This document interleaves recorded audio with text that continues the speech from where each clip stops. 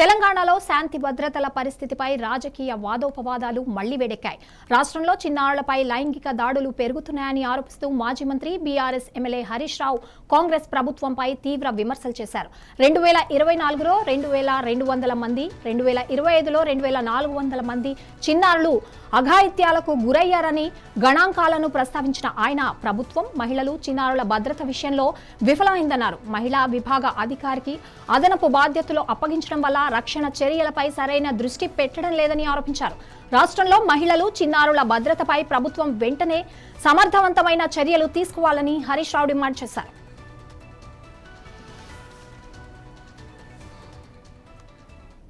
ప్రభుత్వము గత 4 రోజుల క్రితం ఖమ్మం పట్టణంలో జరిగినటువంటి ఘటన అత్యంత హృదయ విదారకమైనటువంటి ఘటన. సభ్య సమాజం కూడా ఇవాళ తలదించుకోవాల్సినటువంటి పరిస్థితి. అది వింటేనే కళ్ళల్లో నీళ్ళు వస్తా ఉన్నాయి. మరి అనుభవించినటువంటి వాళ్లకు, ఆ కుటుంబానికి ఎంత దుఃఖం ఉంటుందో ఒక్కసారి మన గుండె మీద చేసుకొని ఆలోచిస్తే మనకు తెలిసి వస్తుంది. దీన్ని ప్రతి ఒక్కరూ కూడా ఖండించాల్సిన అవసరం ఉంది. ఇటువంటి సంఘటనలు పునరావృతం కాకుండా ప్రభుత్వము, సమాజము అందరూ కూడా ఆలోచించాల్సినటువంటి అవసరం ఎంతైనా ఉంది.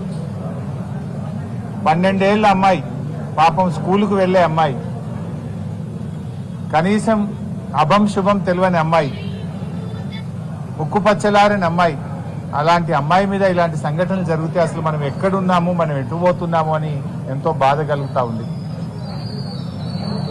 కనీసం సంఘటన జరిగిన తర్వాత అయినా ప్రభుత్వ స్పందన ఎట్లా ఉంది అంటే అది కూడా చాలా బాధగా ఉంది.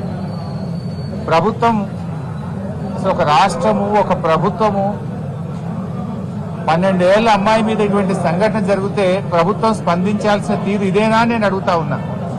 ప్రభుత్వానికి కనీసం బాధ్యత కూడా లేదా అని నేను అడుగుతా ఉన్నా. ఇవాళ ఈ ప్రభుత్వం చాలా నిర్లక్ష్యంగా ఆ పేషెంట్ పట్ల వ్యవహరిస్తూ ఉంది. ఏది ఏమైనా ఆ అమ్మాయికి బీఆర్ఎస్ పార్టీ పూర్తి అండగా ఉంటుంది. మాజీ శాసనసభ్యులు ఉపేందర్ రెడ్డి గారు కొంత సహాయం అందించారు, మేము కూడా కొంత సహాయం అందించాం. బట్ బాధ కలిగేది ఏంటంటే అమ్మాయి తిరిగి నడవలేని పరిస్థితి, తిరిగి సాధారణ స్థితికి రావడం చాలా చాలా కష్టము అని డాక్టర్లు చెప్తా ఉంటే ఎంత బాధ అవుతా ఉంది. అమ్మాయి జీవితం పోయింది ఈరోజు. ఇటువంటిది మళ్లీ పునరావృతం కాకుండా సునీతా లక్ష్మారెడ్డి గారు చెప్పినట్టుగా ఫాస్ట్ ట్రాక్ కోర్టు పెట్టి అటువంటి వ్యక్తులను ఉరిదీయాల్సిన అవసరం ఉంది. ఇలాంటి తప్పులు మళ్లీ ఎవడన్నా చేయాలంటే భయపడాల్సిన పరిస్థితి రావాలి.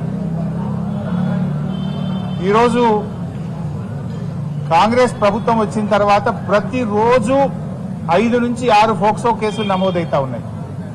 రాష్ట్రంలో, తెలంగాణ రాష్ట్రంలో రోజుకు 5-6 చోట్ల మైనర్ అమ్మాయిల మీద, చిన్న పిల్లల మీద అత్యాచారాలు జరుగుతూ ఉన్నాయి. నిన్నగాక మొన్న వికారాబాద్ జిల్లా యాలాల్ మండలంలో ఒక అమ్మాయి సెల్ ఫోన్ ఛార్జర్ తీసుకోవడానికి లోపలికి వెళ్తే ఆ అమ్మాయి మీద అత్యాచారం జరిగింది. బొమరాజ్పేట మండలంలో మైనర్ బాలికపై తన కుటుంబ సభ్యులు, బంధువే లైంగిక దాడికి పాల్పడ్డారు. వికారాబాద్ జిల్లా బషీరాబాద్ మండలంలో జీవంగి గ్రామంలో మైనర్ బాలికపై లైంగిక దాడికి పాల్పడ్డారు. వికారాబాద్ జిల్లా మోమిన్పేట పోలీస్ స్టేషన్లో ఒక ఆటో డ్రైవర్ మైనర్ అమ్మాయి మీద లైంగిక దాడికి పాల్పడ్డారు. మొన్న నిర్మల్ పోలీస్ స్టేషన్లో 6 సంవత్సరాల అమ్మాయి మీద లైంగిక దాడికి పాల్పడి, ఇవన్నీ కూడా ఈ నెలలో జరిగినాయి చెప్తున్నాను. అంటే ప్రతిరోజు ఈ రాష్ట్రంలో 5-6 చోట్ల చిన్న పిల్లల మీద లైంగిక దాడులు జరుగుతూ ఉన్నాయి.